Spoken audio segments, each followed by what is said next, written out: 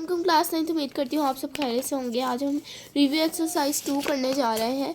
तो review exercise 2 करते पहला क्वेश्चन देखते हैं। पहला क्वेश्चन है हमारे पास 27x-1 होल -2/3। तो इसको हम सॉल्व करेंगे, पेपर पे सॉल्व कर लेते हैं। 27x-1 2/3 जल्दी जल्दी सॉल्व कर लेंगे। ये एक्सरसाइज 2.4 से क्वेश्चन लिया गया है, जिसमें लॉज ऑफ एक्सपोनेंट अप्लाई किए थे हमने। तो अगर आपको लॉज ऑफ एक्सपोनेंट याद है तो आप जल्दी से इसको सॉल्व कर लें। तो 27 की हम प्राइम फैक्टराइजेशन करेंगे। तो 3 टू द पावर 27 x-1 2/3 है, होल पे पावर है, यानी होल पे पावर जब हो तब जो ब्रैकेट में ईच हमारे पास कांस्टेंट है उसके एक्सपोनेंट से उसकी होल की पावर मल्टीप्लाई होती है। जैसे कि 3 to the power 3 multiply by 2/3 -2/3, sorry यहाँ -2/3 है। तो -2/3, 3 से कैंसल, x-1 मल्टीप्लाई बाय -2/3, तो यहाँ पर +2/3 आ जाएगा 2/3, और यहाँ आ जाएगा 3 टू द पावर -2। तो इसको रेडिकल फॉर्म में लिख लेंगे तो हमारे पास आ जाएगा 3 और 2 आ जाएगा यहाँ पर, और 3 - 2 करेंगे तो इसको नीचे लेकर जाएंगे क्या, ताकि इसकी पावर पॉजिटिव हो जाए। तो 3 टू द पावर 2 आ जाएगा। इसको रेडिकल फॉर्म में जो हमारे पास कांस्टेंट का एक्सपोनेंट होता है, वो जो रेडिकल के अंदर वैल्यू होती है उसका जो ऊपर न्यूमरेटर होता है हमारे पास, अगर कभी फ्रैक्शन की फॉर्म आ जाए तो उसको कैसे चेंज करना है। न्यूमरेटर अंदर रेडिकल के अंदर का एक्सपोनेंट बनता है और नीचे डिनोमिनेटर इसका यहाँ पर रेडिकेंड बनता है। अगर आप गौर करें तो यहाँ पीछे आपको इन्होंने बताया हुआ है कि what is concept of radicals and radical. A is usually, यहाँ पर आपको बॉक्स भी बने हुए हैं। इन द रेडिकल, ये रेडिकल पूरी होते हैं। The symbol this is called the radical sign and is called the index of the radical and the real number A under the radical sign is called radicand. यानी हमारे पास अंदर जो ए होता है, ठीक है, अंदर जो हमारे पास ए है वो हमारा तो यहाँ पर हमारे पास जो 2 है ये हमारे पास न्यूमरेटर है, ये इसके जो है एक्सपोनेंट बनेगा इसका अंदर का, और ये जो डिनोमिनेटर है ये इसका इंडेक्स बनेगा। ठीक है, ये इसका ये रेडिकेंड है, ये इसका एक्सपोनेंट है और ये इंडेक्स है। तो ये जो इंडेक्स है ये हमेशा डिनोमिनेटर से लिया जाता है, एक्सपोनेंट न्यूमरेटर से लिया जाता है। ये कॉन्सेप्ट आपने जहन में रखना है। अब नेक्स्ट इसका ऑप्शन ए लॉक कर ले, ठीक है, ऑप्शन ए। अब नेक्स्ट है हमारे पास write radical x7 in exponential form. तो एक्सपोनेंशियल फॉर्म में चेंज करने के लिए x है 7 है, ठीक है।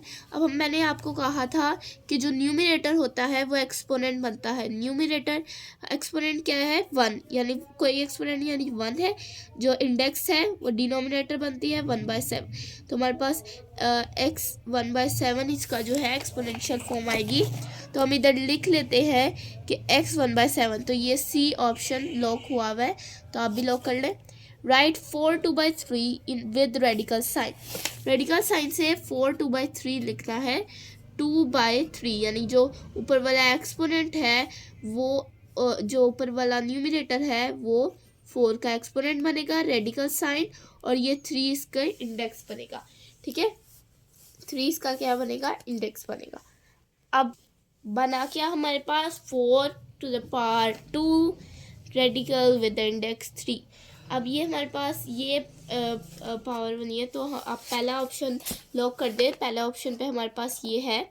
सेकंड है हमारे पास in radical 35 in radical with radicand 35 and index 3 the radicand is. Radicand मैं बता चुकी हूँ कि जो हमारे पास ये रेडिकल के अंदर वाली वैल्यू होती है वो हमारे पास रेडिकेंड बनती है। तो ये रेडिकेंड क्या है हमारे पास 35। तो सी ऑप्शन लॉक कर लेंगे, ये हमारे पास नहीं है, सी ऑप्शन लॉक कर लेंगे। ठीक है,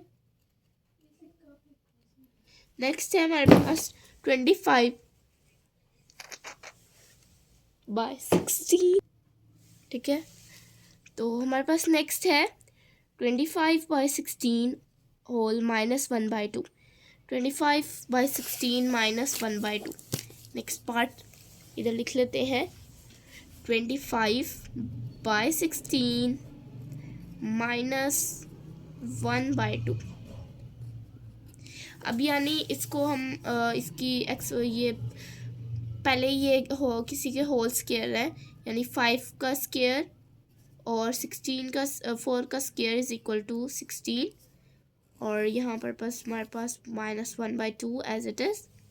ठीक है, अब अंदर वाली पावर ऊपर होल्स के एक्सपोनेंट से मल्टीप्लाई होंगी, 2 से कैंसिल, 5 - 1 आ जाएगा, नीचे वाला 2 भी 2 से कैंसिल, देखें 4 2 है, मल्टीप्लाई -1/2 होगा तो 2 से कैंसिल, 4 - 1।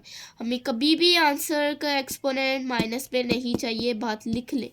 4 इसको ऊपर कर देंगे ताकि ये पॉजिटिव हो जाए, इसको नीचे कर देंगे ताकि ये हमारे पास क्या है, इसका फाइनल आंसर। ठीक है, तो हमारे पास फाइनल आंसर क्या आया है 4/5। तो 4/5 ऑप्शन बी को लॉक कर लेंगे। तो conjugate of 5 + 4 iota is, conjugate लेते हुए इमेजिनरी वैल्यू का सिर्फ साइन चेंज करते हैं, हमारे पास कॉन्जुगेट आ जाता है, जिसके साथ आयोटा हो वो हमारे पास इमेजिनरी वैल्यू होती है। यहाँ पर इमेजिनरी वैल्यू है हमारे पास +4 आयोटा, तो इसका साइन चेंज करेंगे -4 आयोटा, बाकी की सेम वैल्यूज ऐसे ही रहेंगी। तो हमारे पास आंसर क्या आएगा 5 - 4 आयोटा, ऑप्शन सी। नेक्स्ट है the value of iota 9 is, iota 9 की वैल्यू निकाली है, तो इसको हमने एक्सरसाइज 2.5 में भी किया हुआ है। पहला क्वेश्चन था आयोटा 9 की वैल्यू है, तो आयोटा 8 डॉट आयोटा कर लेंगे, फिर हम करेंगे इसको iota square 4 dot iota, iota square की वैल्यू रिप्लेस करेंगे विच इज़ -1 डॉट आयोटा 4, ये +1 हो जाएगा और डॉट आयोटा आ जाएगा तो इक्वल्स आयोटा आ जाएगा। ठीक है, डॉट का मतलब है मल्टीप्लाई हो रहा है, तो हमारे पास क्या आंसर आया आयोटा, ऑप्शन सी लॉक कर लें। Every real number is a positive number, a rational number, a negative number, a complex number। यहाँ पर सबसे पहले हमारे पास एवरी रियल नंबर क्या है, हर रियल नंबर एक रैशनल नंबर होता है, कभी भी रियल नंबर इरैशनल नहीं होता, रियल नंबर हमेशा रैशनल होता है, तो इसलिए हम क्या करेंगे every real number is a rational number, B option. Real part of 2ab iota plus iota square is, real part find out करना है, तो 2ab, ठीक है, कॉमन लिया हुआ है उन्होंने, आयोटा प्लस आयोटा स्क्वायर है हमारे पास, तो 2ab दोनों के साथ है, आयोटा के साथ भी है, आयोटा स्क्वायर के साथ भी है 2ab, तो 2ab को खोलेंगे ब्रैकेट और दोनों के साथ लगा देंगे, आयोटा स्क्वायर की वैल्यू रिप्लेस करेंगे विच इज़ -1, तो हमारे पास क्या आएगा 2ab iota, 2ab iota -2b ab, तो रियल पार्ट कौन सा है जिसके पास जिसके साथ इमेजिनरी वैल्यू नहीं, इमेजिनरी साइन नहीं यानी आयोटा नहीं है, तो वो है हमारे पास -2ab। तो आप इसको भी इस ऑप्शन को भी आप लॉक कर सकते हैं। ठीक है, तो -2ab हम यहाँ लॉक कर लेते हैं, तो यहाँ पर बी ऑप्शन है हमारे पास -2ab। ठीक है, अब है imaginary part of minus iota 3 iota + 2 is, अब यहाँ पर इमेजिनरी पार्ट फाइंड आउट करना है, यानी माइनस आयोटा 3 आयोटा के साथ भी है और 2 आयोटा के साथ भी है, तो हम इसको सॉल्व करेंगे। ठीक है, तो इसको सॉल्व कर लेते हैं, minus iota into 3 iota + 2।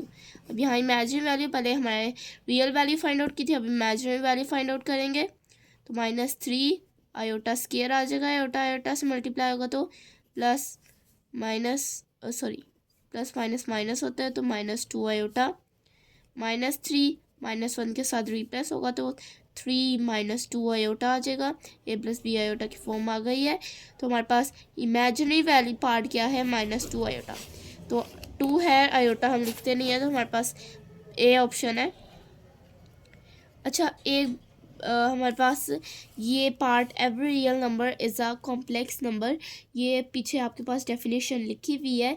Is a rational number, सबसे पहले हमारी प्रायोरिटी होती है कि एक कॉम्प्लेक्स नंबर है। अगर आप लोगों के पास ये ऑप्शन नहीं है तो आप रैशनल नंबर मार्क करेंगे, क्योंकि every real number is also a rational number.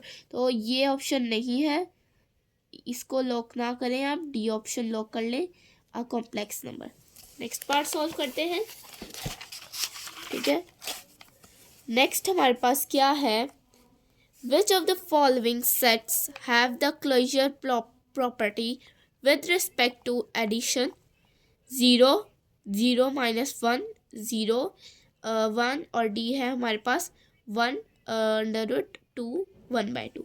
अब उन्होंने कहा है कि ये इन सारों में से किसके पास क्लोजर प्रॉपर्टी है।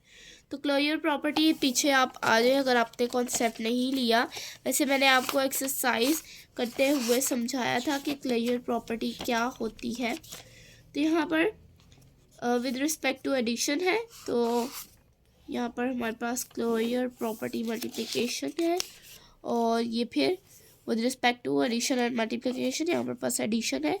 तो क्लोजर प्रॉपर्टी क्या होती है, plus B belongs to R and for all A B belongs to R, यानी ए प्लस बी, यहाँ पर हमारे पास -3 + 5 इक्वल्स टू 2, तो 2 + 5 इज इक्वल टू -1, यानी अगर हम if -3 and 5 belongs to R, -3 + 5 is equal to 2 belongs to R, यानी कोई भी अगर दो हम ले लेते हैं, जैसे -2 ले लें और +9 ले लें, तो ये दोनों रियल पार्ट है, तो जो इनका प्लस माइनस करके आंसर आएगा वो भी बिलोंग करेगा आर से, रैशनल नंबर से, रियल नंबर से, ठीक है। तो ये प्रॉपर्टी है हमारे पास क्लोजर। तो हम देख लेते हैं कि यहाँ कौन सी सूटेबल है। 0 1, 0 को 1 में करेंगे मल्टीप्लाई तो 0 आएगा, 0 को 0 में करेंगे तो 0 आएगा, तो ऑप्शन ए आप मार्क कर लें, ऑप्शन ए। नेक्स्ट है हमारे पास, name the property of real numbers used in -√5/2 multiply by 1 is equal to -√/2, ठीक है। अब यहाँ पर हमारे पास क्या है कि उन्होंने कहा है कि प्रॉपर्टी नेम करें, यहाँ पर विद रिस्पेक्ट टू मल्टीप्लिकेशन ही होगा, क्योंकि हमारे पास क्या है, मल्टीप्लाई हो रहा है। तो उन्होंने कहा है इस प्रॉपर्टी का नाम बताएं जिसमें ये यूज़ हो रहा है। तो हमारे पास ये मल्टीप्लिकेशन है, यानी एडिटिव आइडेंटिटी या एडिटिव इनवर्स तो यूज़ नहीं हो रहा। तो या तो मल्टीप्लिकेटिव आइडेंटिटी है, या हमारे पास ये क्या है, मल्टीप्लिकेटिव आइडेंटिटी है, या हमारे पास मल्टीप्लिकेटिव इन्वर्स है, दोनों में से कुछ है। तो आपने सबसे पहले याद रखना है, मल्टीप्लिकेटिव इन्वर्स वो होता है जिसमें आप कोई भी वैल्यू अगर आप रेसिप्रोकल कर दें तो वो किसके इक्वल होती है, 1 के। तो वो क्या है हमारे पास, मल्टीप्लिकेटिव इन्वर्स, जो हमने यहाँ पर पढ़ा था। For every non-zero real number, there exists a unique number a-1 or a-1 or 1/a called multiplicative inverse of A. तो 1/a करेंगे तो मल्टीप्लिकेटिव इन्वर्स होगा, और मल्टीप्लिकेटिव आइडेंटिटी क्या होती है, there exist a unique real number 1 called the multiplicative identity such as a.1 is equal to a is equal to 1.a, means a multiply by 1 करेंगे तो a multiply by 1 करेंगे तो 1 आएगा, और 1 को हम a से 1 किसके इक्वल हो जाएगा, a.a आयोटा के, ठीक है, a.1 के या 1.a के। तो वो ये बता रहे हैं मल्टीप्लिकेटिव आइडेंटिटी में। तो -5/2 मल्टीप्लाई बाय 1 करेंगे तो -5/2 ही आएगा। तो ये क्या है, मल्टीप्लिकेटिव आइडेंटिटी है।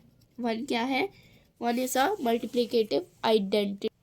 नेक्स्ट है हमारे पास, if x y z belongs to R, z is smaller than 0, then x smaller than y is equal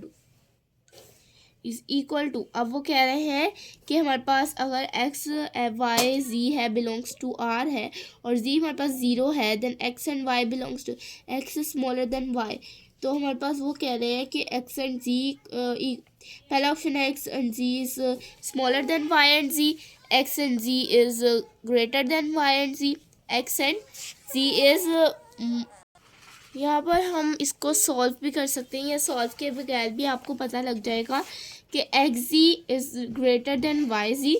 क्यों? क्योंकि एक्स जो है हमारे पास वो एक उनको वैल्यू नहीं हमें गिवन, और जी की वैल्यू है हमारे पास 0। X g is greater than y g, और वाई की भी वैल्यू है हमारे पास 0, और एक्स की भी वैल्यू है हमारे पास 0। तो एक्स 0 एक्स और ग्रेटर देन वाई, तो पहले एक्स है और फिर वाई है, यानी x is greater than y, x पहले आता है तो हमारे पास क्या आ जाएगा, x g is greater than y g. ठीक है, प्रॉपर्टीज़ को एक दफ़ा रिवाइज करने के लिए मैंने सारी प्रॉपर्टीज़ बताई थी आपको एक वीडियो में। अगर आपने वो वीडियो नहीं देखी तो आप इस वीडियो के डिस्क्रिप्शन में जाके वो वीडियो देख सकते हैं। If AB belongs to R, then only one of A is equal to B, or A is smaller than B, or A is greater than B holds a score। अब हमने बहुत सारी प्रॉपर्टीज़ पढ़ी थी, तो प्रॉपर्टीज़ को आप बार बार revise करें ताकि आपको प्रॉपर्टीज़ रट जाए, क्योंकि इसमें से MCQs ही आते हैं ज़्यादातर। तो उन्होंने कहा है हमारे पास कि अगर ये वाली प्रॉपर्टी है तो इस प्रॉपर्टी का नाम क्या है।